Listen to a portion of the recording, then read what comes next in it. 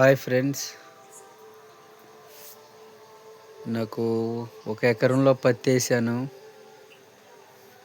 ఆ పత్తి అయితే ఇంటికి వచ్చింది వర్షం రాకతలకి, తుఫాన్ రాకతలకి.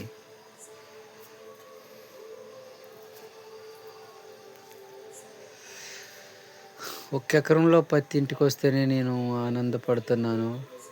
వర్షం రాకుండా తడవకుండా వచ్చిందని. 15 ఎకరాలు వేసిన రైతు పత్తి అలాగే ఉండిపోయింది చేలో. 3 రోజులు తుఫాన్,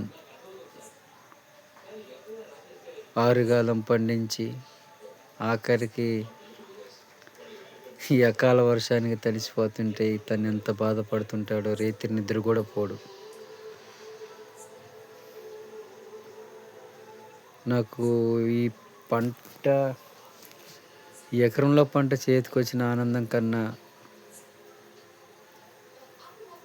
వాళ్ళు తడిసిపోతుందన్న బాధ ఎక్కువ ఉంది ఫ్రెండ్స్. ఎందుకంటే రైతుగా నాకు, సన్నకారు రైతుగా చాలా కష్టపడ్డాం. తను కూడా పెద్ద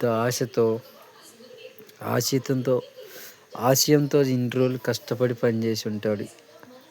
ఆ పంట పండిన డబ్బులతో బాకీయో, పెళ్ళో, పిల్లలకి చదువు అని ఎన్నో ఆశలు పెట్టుకొని ఉంటాడు కదా.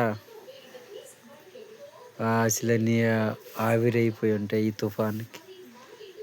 వాళ్ళ భార్యాభర్తలు కనీసం తింటారో తినరో.